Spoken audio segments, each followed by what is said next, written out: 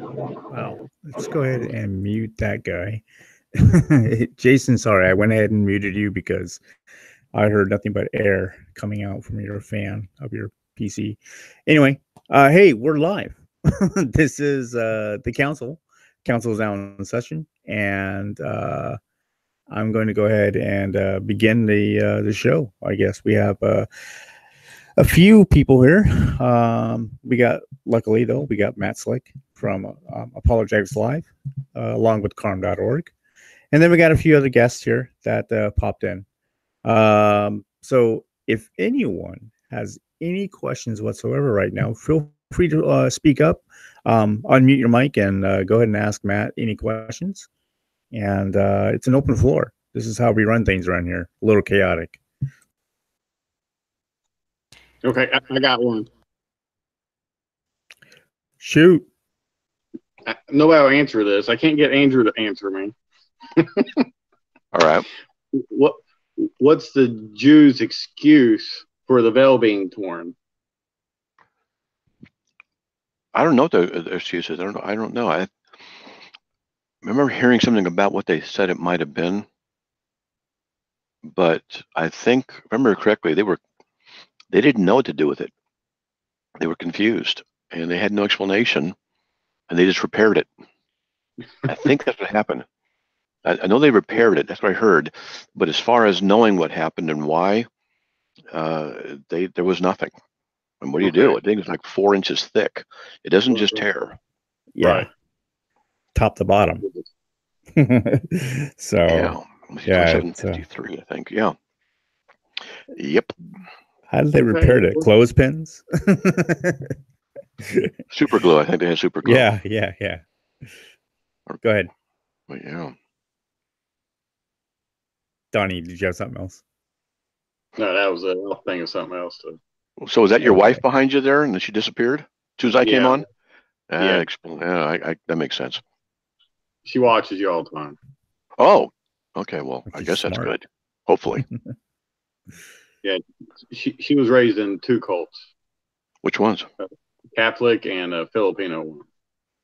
Oh, which one in Filipino? INC? Iglesia de Cristo? What's your Filipino cult?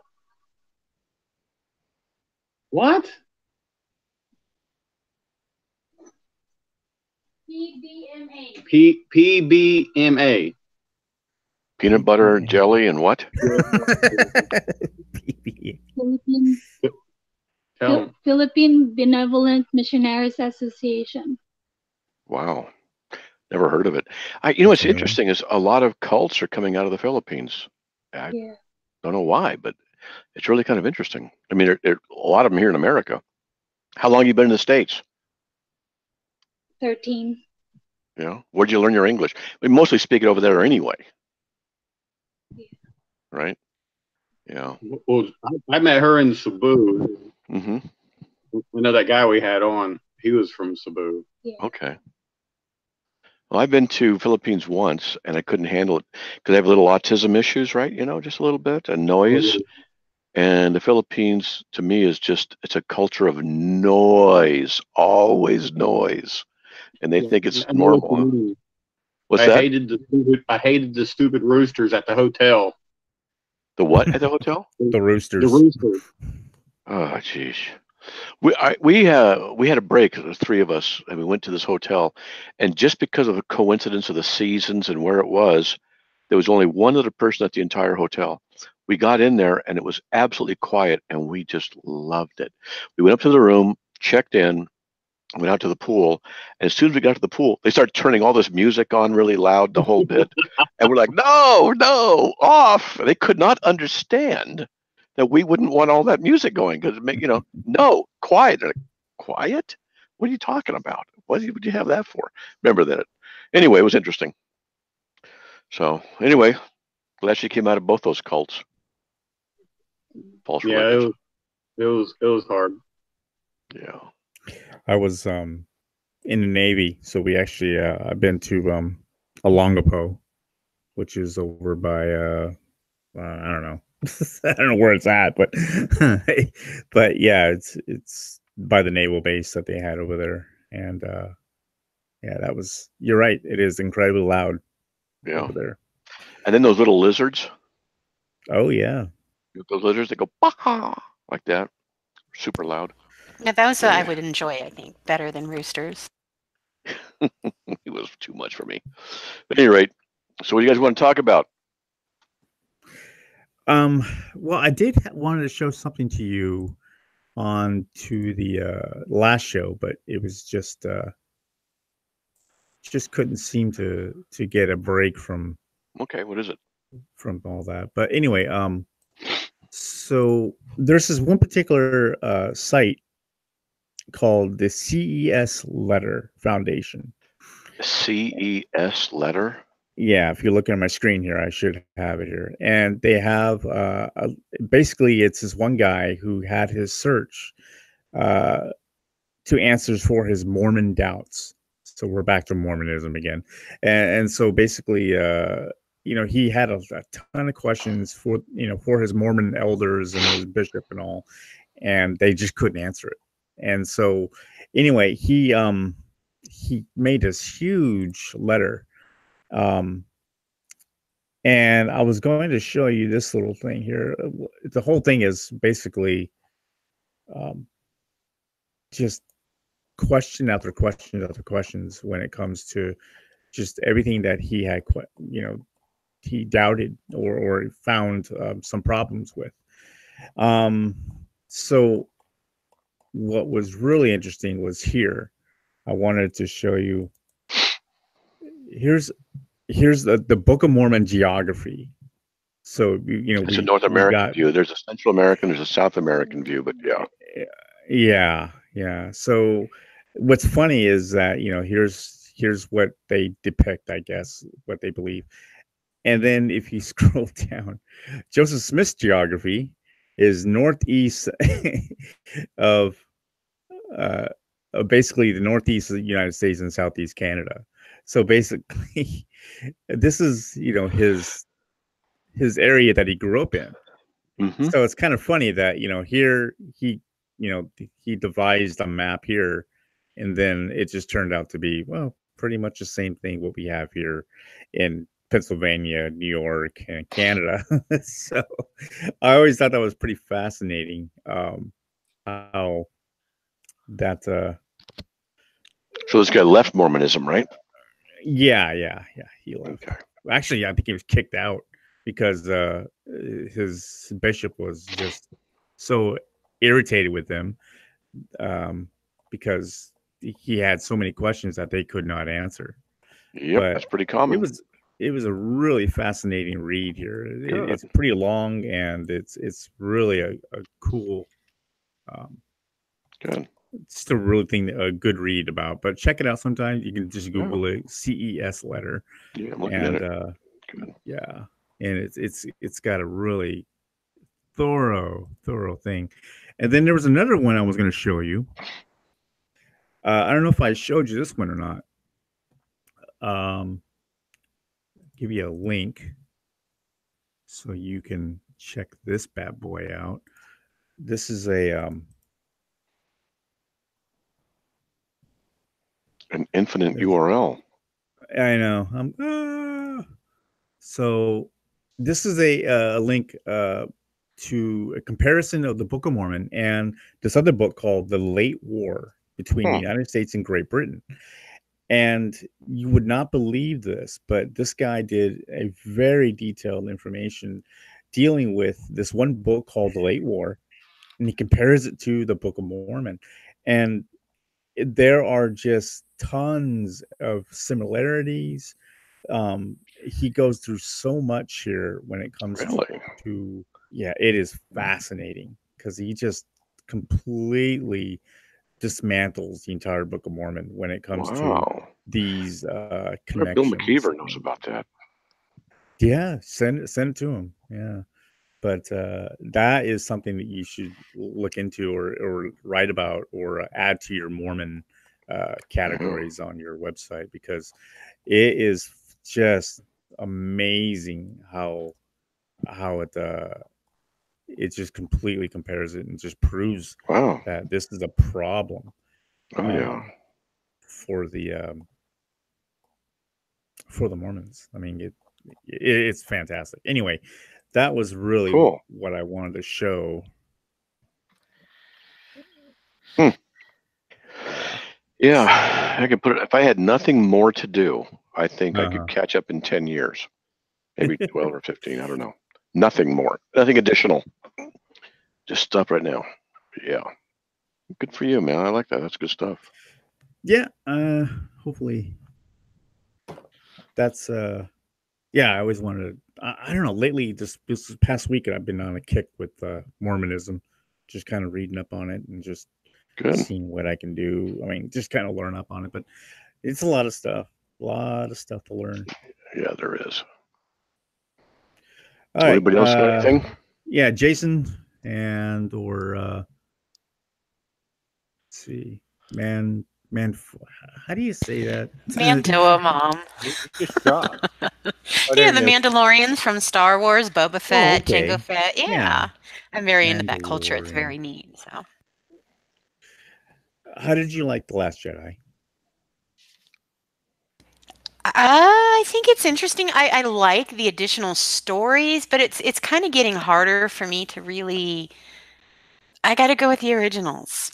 Those are the Yeah, best, yeah. the best of the best. And now with I Disney, they're changing up a agree. lot of canon, so it's disappointing. It is, especially the fact that they just wrote Luke out of character in the last movie. Yeah, it's just kind of like he's completely out of character. Yeah, Yeah, he's this yeah. old hermit, and he just doesn't care. It's like, right. no, that's not the same Luke Skywalker. Sorry. Yeah, I mean, there's an explanation, but it just wasn't. Yeah, yeah. Anyway, Matt, while you dropped off, we started talking about Star Wars for a second. But Cool. Jason or Mandalorian mom. Mandoa Mom. Mandoa Mom. Do you have a question for Matt? I was giving Jason a chance because I was just talking. Yeah. He says in the chat he doesn't. Oh, okay. Boy, it's a slow night tonight, huh? Yeah, it's a slow one tonight. Okay, well then I guess I'll ask. My son, who's 22 now, he has decided he enjoys dating men as well. And he knows how I feel. Yeah. He knows how I feel and my position on that, and it won't change. But I also love him very much. And, I explained to him that doesn't change how I feel for him. I'm his mom. I love him. I support him, but not some of his decisions. Excuse me. So he wants to come back for Christmas to visit. And he'd like to bring a gentleman that he is dating. And I'm trying, I'm not sure how to, I've been praying and dividing. And so I had talked to him a little bit about, well, if you guys, and even with anybody who is unmarried coming to our home in a relationship, you definitely not be sleeping in the same room. And asking if they can respect the fact of how we feel and will welcome this gentleman into our home as well. But, can you keep it platonic while you're here, please? And whatnot. And I don't even know if that was even being too accepting. I don't know, because I don't want to show myself as accepting of this, but at the same time, I don't want to hate my son. I'm not sure exactly how to apply everything here. It's kind of tough. Well, let me volunteer a little something. My eldest daughter has ventured back and forth between theism, atheism, polyamory, multiple relationships, etc. And she and I are basically we don't talk very much. Whenever she's here, it's strained and a forced politeness. It's just how it is. And we have some history and some problems, and I made mistakes, she made mistakes, blah blah blah. So anyway, we're talking, and it's cordial enough. And so she asked my wife if it was okay for her to come here for Christmas. Of course, because she's in Frisco now. Can she bring her boyfriend? Well, yeah, she can bring her boyfriend. And we said there'll be no sleeping in the house together. And Right. the stuff, and you're welcome to be here, and he's welcome to be here. We'll treat him normally, treat him properly, but that's it. And so they decided to get a hotel. Like, okay, that's between them. It's up. And the way you put it, I think I would do exactly the same thing if my daughter, and she was bi, I don't know if she still is or what, brought a girlfriend over for that. I would say the exact same thing you said. Yeah, just keep that affection stuff down while you're here in our house. Just we're not trying to be prudes and mean. This is just our house. And if you can't do that, then you're not welcome. But if you can, hey, we'll get along fine. That's Oh, okay. okay. All right. So And then as long just as treat them I'm nicely. sorry. Treat, Okay. treat them nicely. Yeah, with Yeah. respect. But they'll know Mm-hmm. that's what it is. Right. Right. Okay. All right. So okay. Perfect. Thank you. That's what I would do. But I don't know if it's right. But that's what I would do. Well, I would think so, because as long as they know that this is not something you're endorsing or supportive of, and the gentleman called me just to kind of introduce himself to me because they've been together That's for a bit. nice. Yeah, he seems like a nice guy, and I said, this. I think this is the only downside, other than I'll probably get on your nerves and play jokes, and you won't like it. Other than that, you'll be okay. So, Well, here's a question for you. What if mhm. they decide to get married? They invite you to the wedding. I've thought about things like that, and that's again a hard one for me. I'll tell you what I would do. What I would you mean, do? just me. This is just me. I would not go. I mean, I'm not saying you should or shouldn't. I'm just saying, Right, for me, right. I would not be able to go, and the reason would be because it would break my heart for them to be in such sin and rebellion, and break my Yeah. heart that I couldn't go to something that was special like that. But I also could not go and lend any support to that, because that's what marriage is. A ceremony is people participate because they're promising to agree to the covenant that is made. That's what, does anyone here have any reason why these two should not be wed? Let them stand, or speak up, or it's a covenant tradition of Mhm. vertical and horizontal between Mhm. God and between the people around. That's why it's public. You'd be faithful to each other, not to anybody else. And so that is a participation. And for me, for those theological reasons, I could never attend. And Right. but I wouldn't be throwing snot at them. I'd just be telling them, I say, I just can't do it. And that's just the way it is. Mhm. Mhm. Okay. Thank you. Yeah, I would be the type though. I would stand up. I might be smiling at them, giving the guy a hairy eye, but I'm liking you. you know, Yeah, thanks. that's all right. I'm liking you. That sounds I'll good. Like stand what? up. She would stand up and be voiceful for Jesus. Oh, who's that again? I like Yeah. that. That's good. Good for you. Thanks. My wife's like that too. She just didn't stand up when it came to common sense about marriage, but that's all right. Well, she did stand up. What am I saying? She said, I do. You're all That's the sinners. most. That's the most valuable aspect or property in her, and for you at least. And she, yeah, well, there's a lot of. Anyway, so what else you guys got? I got one that's like 180 degrees from anything we've been Okay. talking. Go for it. So I listen to certain shows that are weird, but they bring on like Michael Heiser, and I know a lot of people like him. Mm-hmm. But really, I guess the crux comes down to what is your opinion on? A lot of people's opinion of certain future events are going to be blamed on alien type things. Mm-hmm. But like I guess Heiser's view is that it's really a spiritual thing that just people are going to attribute to the extraterrestrial type thing. What's your view on that kind of stuff? The Nephilim were the fallen angels interbreeding with women, and they were before and after the flood, and it was meant to overthrow God's system of how he was doing things. And Jesus says, it wasn't days of Noah, so shall it be the days of the coming of the Son of Man. It's impossible for life to form any place in the entire universe. I can go through the math and show that it's an impossibility. And so any life that is out there is either angelic manifestation or something that God has specifically created. And the Bible says that there's going to be a great deception. And so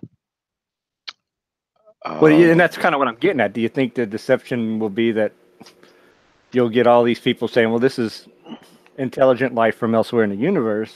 Yeah. Even to the degree that this is where we come from at some point.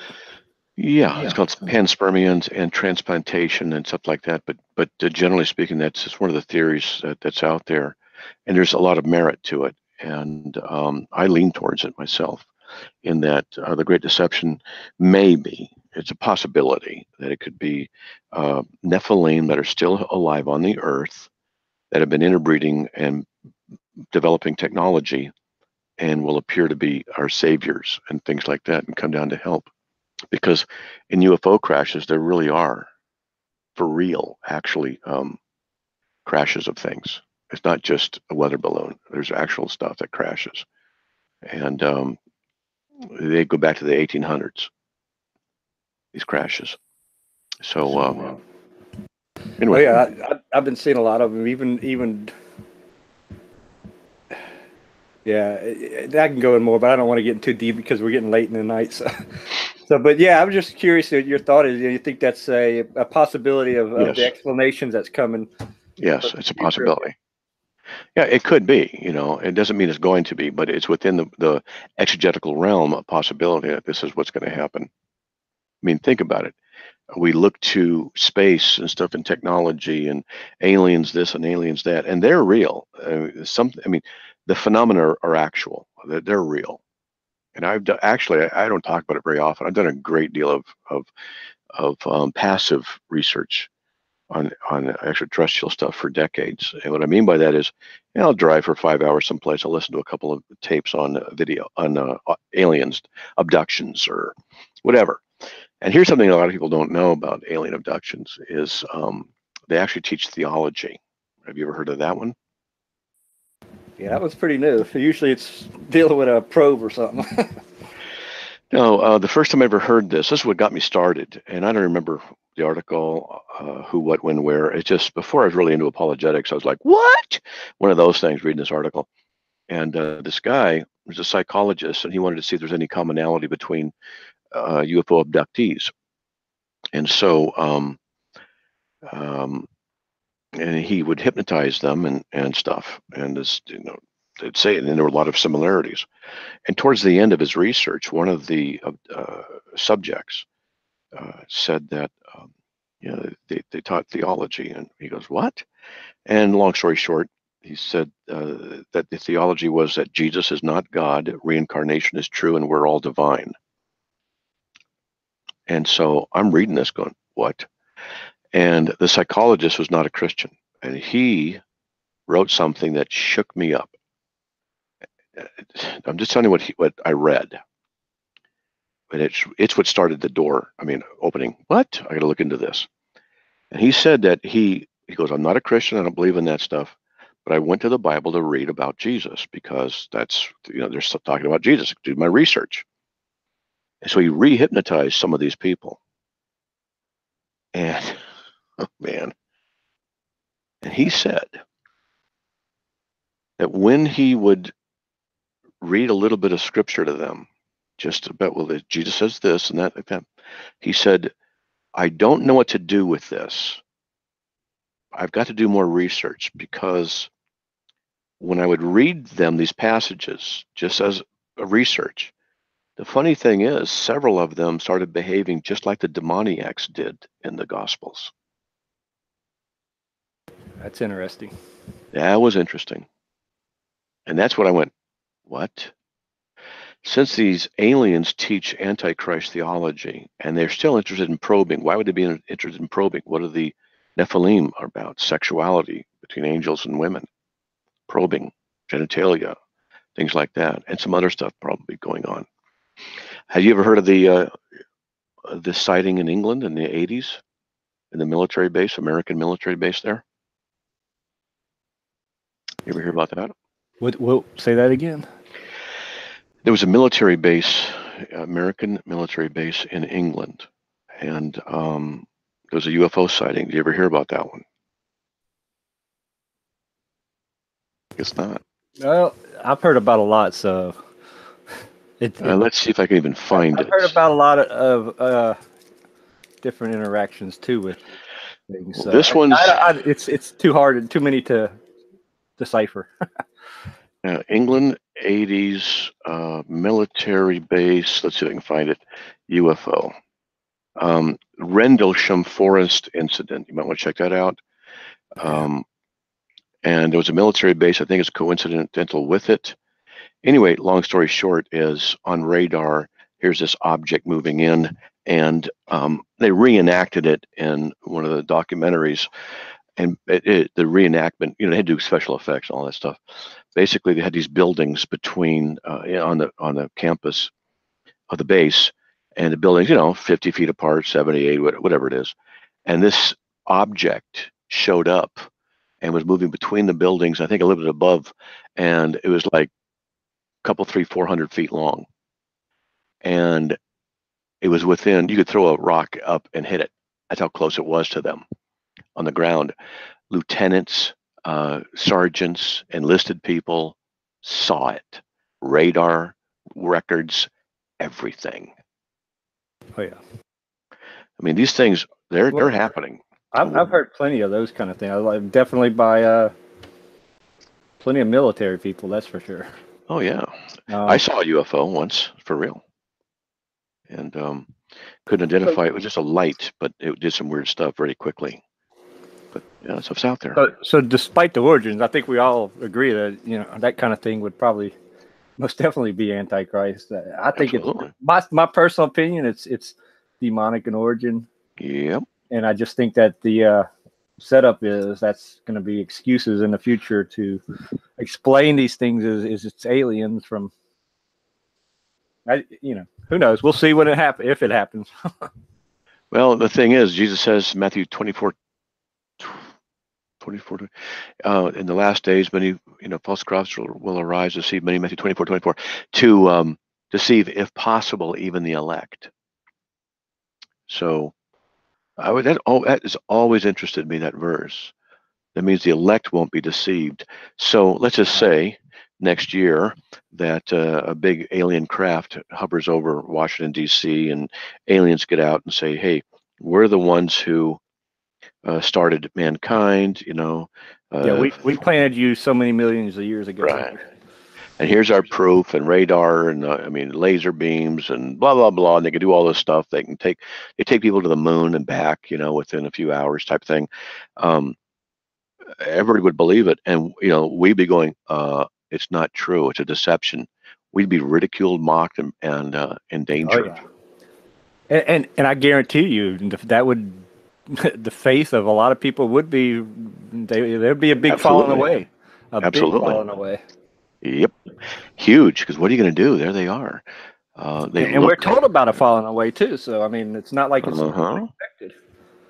That's right. I mean, I know what those aliens are. If they find any probes, any microbes on Mars, they may. I'll tell you flat out right now, and I'll ask you why. Why do you think it's possible? But they may very well find microbes, biological microbes on Mars, for real. And you know why I say that? Why? I have a couple of opinions, but why would you say that? Okay, what's your opinion? I want to see what you well, I mean, first, this purely scientifical would be like, just as you hear all these theories that life came from Mars by stuff coming off of Mars and coming to Earth. I mean, you could apply that backwards and say stuff from Earth came was how is that possible? Something hit Earth and just send it in that direction and eventually it hit Mars. Well, you're on the right track. Actually, microbes are small enough to be blown up in the upper atmosphere, and solar wind can actually pick them and move them, and they could hit. Yeah, so it's absolutely possible. I mean, physically speaking, that would be a physical explanation. Right, and if it happens, it proves that there's life on Mars. No, it doesn't. But you'll never hear that other possibilities being spoken of. That's what bothers me. Right. It's usually just a one-way street from their view. Right. What bothers me is they'll say there's life on Mars, but there's not life in the womb. Yeah. Yeah. It's going to get bad. It's going to get bad. I wanted to read something, and Matt, I wanted your take on this. I don't know if you've heard about this or not, but it was posted by our local media out of Dallas. They posted this article, and it's titled "Megachurch Pastor Tells Church to Stop Going to Yoga Because of Its quote unquote Demonic Roots." It was in Springfield, Missouri. A pastor that was Assemblies of God at Megachurch recently took aim at yoga, saying it has demonic roots, warning Christians to avoid popular activity. Says his name, all that. Basically, I hate to say it, but I agree. Yeah. Well, what happens is one of the owners of the yoga studios in town said she's worried that small local businesses are being hurt. She can't shake a fear that someone might take the church's anti-yoga message too far, right? So they're taking a stand against the sermon's message, saying which they say is ignorant and divisive in time when unity is needed. Yoga transcends religion, says this guy. Anyways, in 5 years, yoga has transformed his life. Right? Yoga, he says, yoga brings people together in a heart of unity and love. You're teaching people to hate something that might help them physically, emotionally, and spiritually. And so it posts the sermon, and what I've heard since is that it actually, the attendance has dropped at other local yoga places because of that. I will say good. And so that's the backlash. And so the fact that this happened in Missouri and like even local media here was pushing it. I mean, you should have seen the Facebook comments. People just vitriolic, professing Christians just being like, whatever, we don't care, blah, blah, blah. And I of course posted your article on Carm. My issue, my opinion is that you're opening yourself up to possession that way, or at least unbelievers. So what is yoga?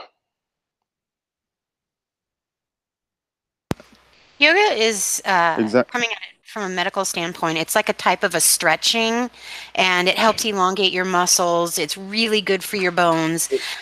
If it was just stretching, you could say stretching, but it's not. It's no, that's it's a spiritual meditation where you empty your mind and leave yourself susceptible to spiritual. I think originally that's how it was, yeah. And I'm not trying to defend that because it does have a lot of really wonky ties to things. There's a talk of like, while you're there, visit your chakras, and that whole Eastern, whatever that is involved in some of that. But I've seen programs where, because again, just the physical aspect of the program is amazing for patients that I've had. And it's really good for them. So you can meditate on God, and don't go to these classes where they're teaching this side, the crystal metaphysics, whatevers. And, there are different Christian programs where you're getting that physical stretching exercise in, but you can focus on God. And that's where the importance comes in, is who are you thinking about? Where's your heart going? What are you opened up to? It's definitely relaxing. But that whole meditation, like you're saying, that can absolutely open those negative doors that you don't want. Right. Stretching is not a big deal. I used to take yoga when I was younger. I could do all these kind of great things. It was a lot of fun. It was great. And it made me feel better and flat out. It was good. One of the things we did do, just before I really was walking with the Lord, was we would do chakra balancing, chakra energy balancing. I remember practicing that. Well, now what I know, I would say to somebody, don't do yoga, but do stretching. You could do the same poses in yoga, but you just don't do the occult crap that goes along with it. Balance your chakra. Now think of the light that you're focusing that enters your mind and your body. That's a bunch of crap. If it's, hey man, get those hamstrings going, pop, pop, that was too far, that kind of thing. Well, then do all the stretching you want. In fact, I'm going over this article on Carm that I haven't edited yet, and I already just did edit a little bit of it. Yoga is dangerous, stretching is not. So stretch, it's good for you. Right. That's what I mean. Stretch all you want. It's kind of, I've heard Todd Field talk about this a lot, but it's kind of like the thing about mindfulness, though. I don't know if you've heard of that, but they're implementing that in schools to try to calm kids down. They're implementing it in corporate structures, retreats and stuff like that to lower stress in the workplace. And basically, it's Zen Buddhism, meditation, calming yourself. Like there are aspects of, you know, just taking a deep breath and just refocusing. Like, Yeah, you know, it's a common thing that it's a very common thing that's happening in California, in the state of California. In fact, the one person who's actually very much behind it and supporting it and getting it really into schools, public schools, is Goldie Hawn, the actress. She's very much of a Buddhist, and so what happens is that she's trying to get this whole meditation thing and open-mindedness and all that into the public schools to calm down kids. I mean, basically, and it's really weird because what happens is that whenever the kids start getting out of hand, they are trained. What the teacher will do, they will actually hit this like a bell or something, or some kind of like I don't remember the name of it. Yeah, it's some kind of trigger where it's just a long ring, right? It's just like a gong, but it's a higher pitch, and basically what happens is it'll just keep going, and like these kids will just like robots all stop what they're doing and I don't know, like sit down and just zone out. It's really bizarre. Without consulting and informing parents, by the way. Oh, of course. Yeah. Right. Well, I homeschool my daughter, and the program is it's an online program, really excellent program. But for PE last year they sent a yoga video, and I was like, we'll do something else, because I wasn't sure how they were going to present it, and I just didn't want to. But yeah, the stretching, the breathing, I'm okay with that. I'm okay with if kids are going to do it, but if you're not going to be, if you're going to be implementing, like you're saying, this chakra meditation and these other avenues into the wonkier territory, that's not okay. But stretching and thinking about God, meditating on God is just amazing. But when those programs start to implement, when they start to implement things that address the mind, that's where the danger gets involved. Yeah. I don't like the idea of that bell. I don't like I'm going back to this black and white movie of like the aliens took over the school kids or something. I don't even remember what it was called, but yeah, it's kind of creepy. I think it's when the Democrats got into the school system in California that happened. Aliens. Bad joke.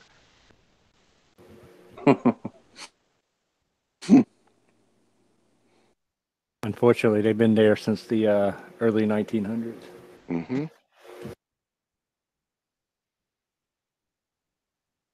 Anyway, yeah, I'm glad I was just wondering your opinion on a lot of that stuff, because it's out there. There's a lot of it out there, and it's pretty popular. So even like I said, because we were talking Logos on the other one, it's like that's Michael Heiser. He's the Near Eastern guy in Logos. So, and he talks about that stuff a lot. Yeah. I know some more stuff about the UFO stuff, and I saw something. What's that? I saw something the other day about they showed this thing in Australia, and it kind of said, the appearances of these things are just blowing up everywhere. It's because they're connected with the occult. Appearances of what? I'm sorry. Was it yoga programs, or did we? No, UFOs. Sorry, that's what Vincent was talking about. Yeah. And had a video. No.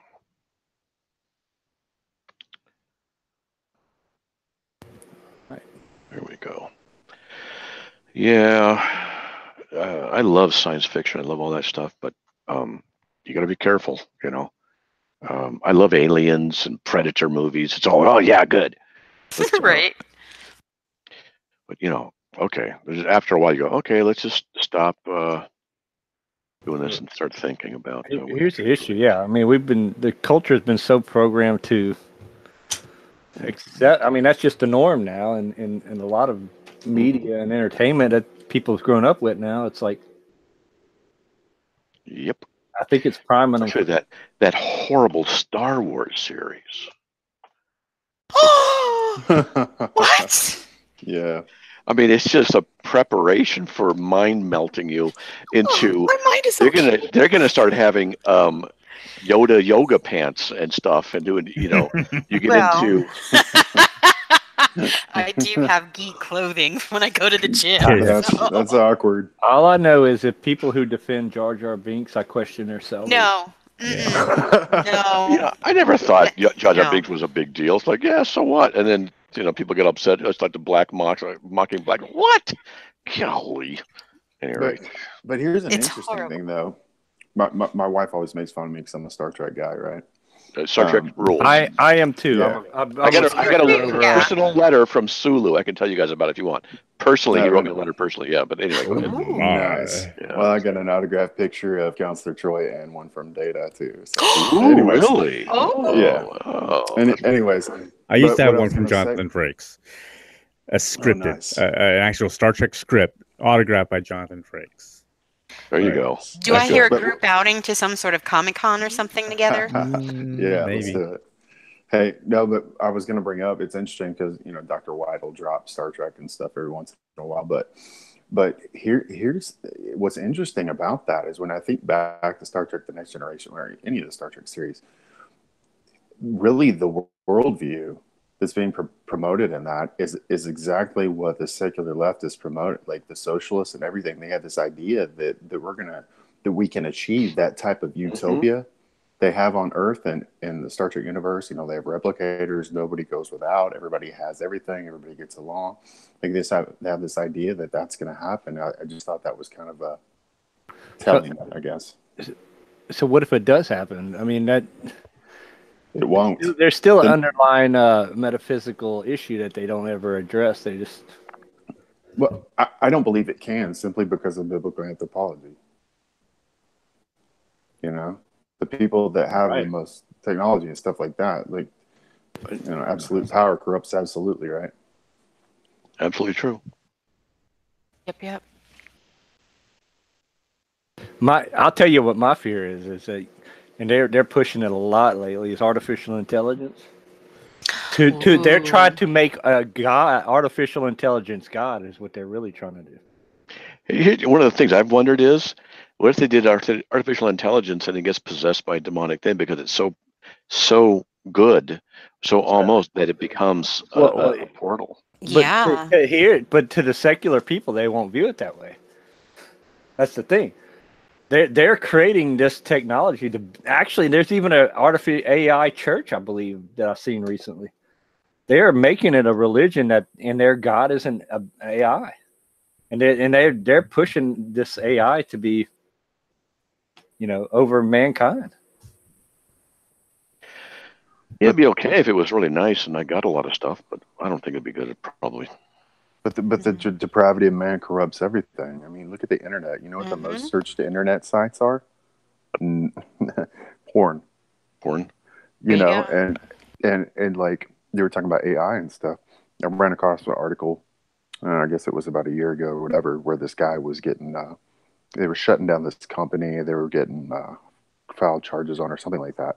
Anyways, there's this company that I think it's in Asia that makes dolls, lifelike dolls that men can be intimate with. I heard about that. But no, not just those, but they're making them in likeness of children. Okay. And then all of it.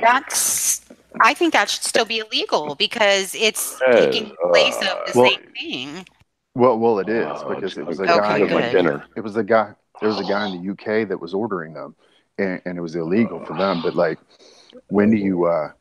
Where do you draw the line with secular humanism? I mean, there is no line. I mean, I heard Matt Dillahunty say the other day, he didn't think bestiality was morally wrong. Oh my gosh!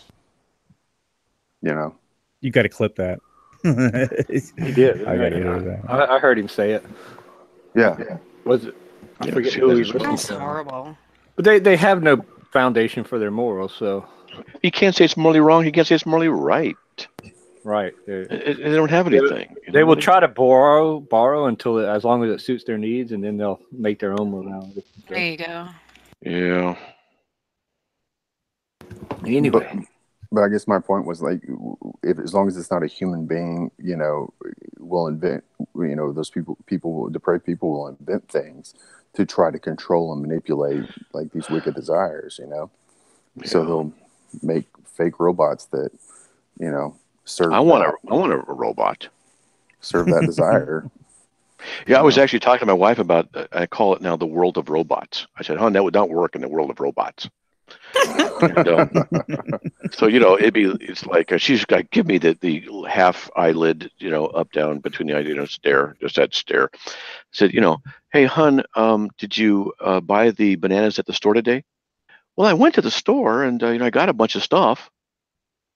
Hon, that would not work in a robot world because that's not an answer.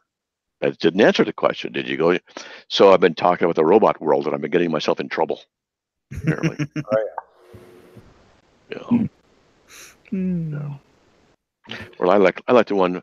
I'll ask my wife. I'll ask her a question. She'll give me two possible answers at the same time. I'm like, and then sometimes I'm gonna get myself in trouble. Yeah, but, you better choose the right answer. That's all you. Yeah, that's right. That's right. And it's well, I'll just leave it at that.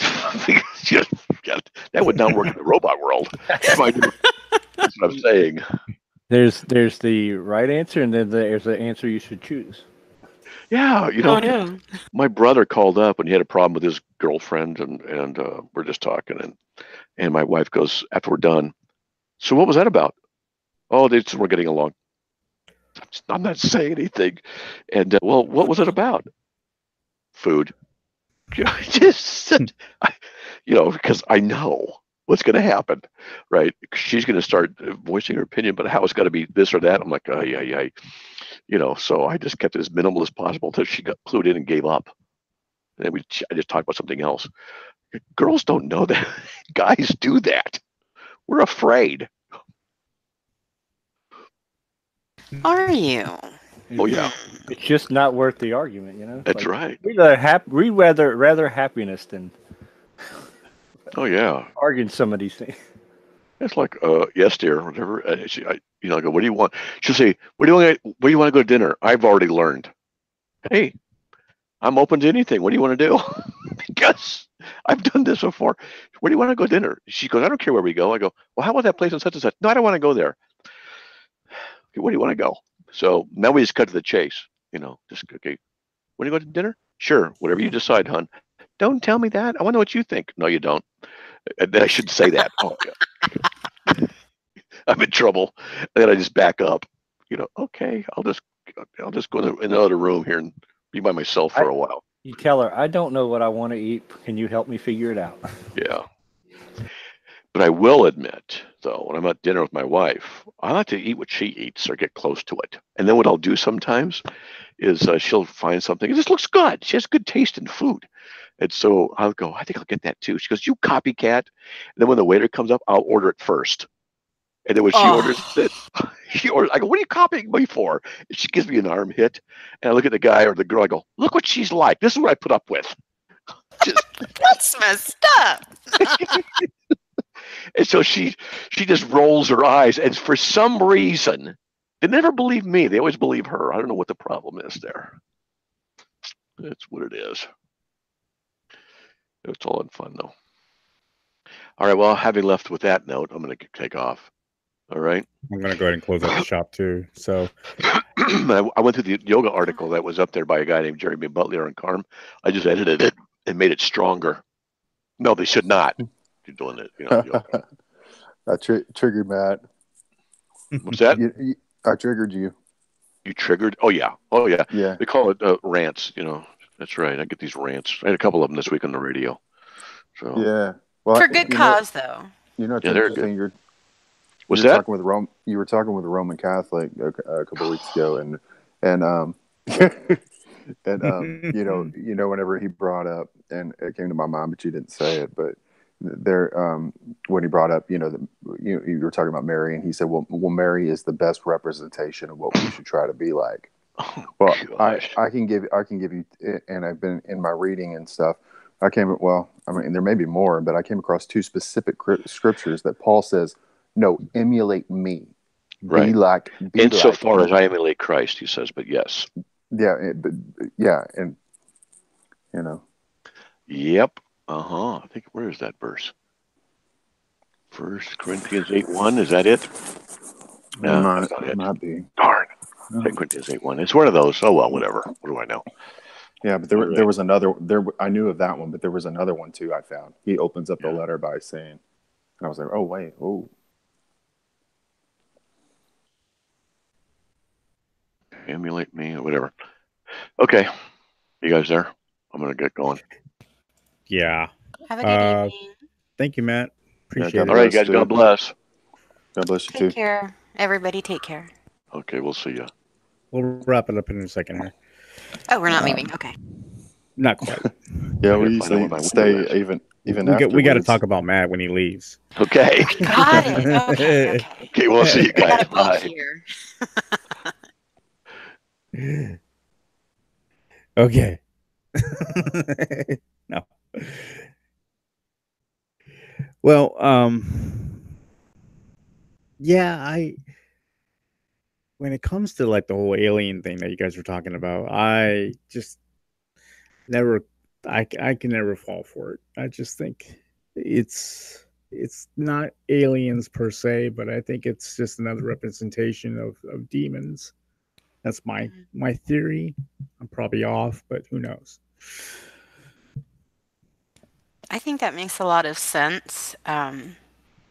I know, I just with past experiences and things in my life that they represent, you hear all those fun finger quote stories about the cute poltergeist in people's homes and the sweet little ghost over here. And I do believe 100% they are definitely cracks and openings to get in deeper, and they can accept the sweet little pseudo ghost thing, then it just opens your heart for darker things. And I have to say that I agree with you on that. Mm. Well, I mean, on the face of it, if an apparition appears in the likeness of your dead loved one, your biblical understanding of what happens when somebody, if you believe that or what you're seeing, your biblical understanding of what Scripture teaches about what happens when you die is gone, Oh, yeah. and the entire Scripture is up for grabs at that point, and so is your beliefs for that matter. Right. Exactly. So it doesn't have to be malicious in appearance initially, Oh, yeah.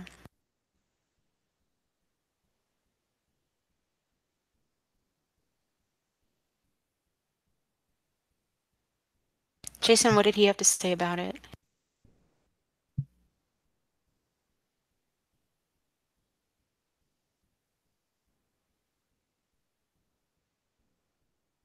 I don't know. Guess he's quiet. Can you unmute? Sorry, I muted. It's okay. Typed or whatever. Did he have some of the same ideas or?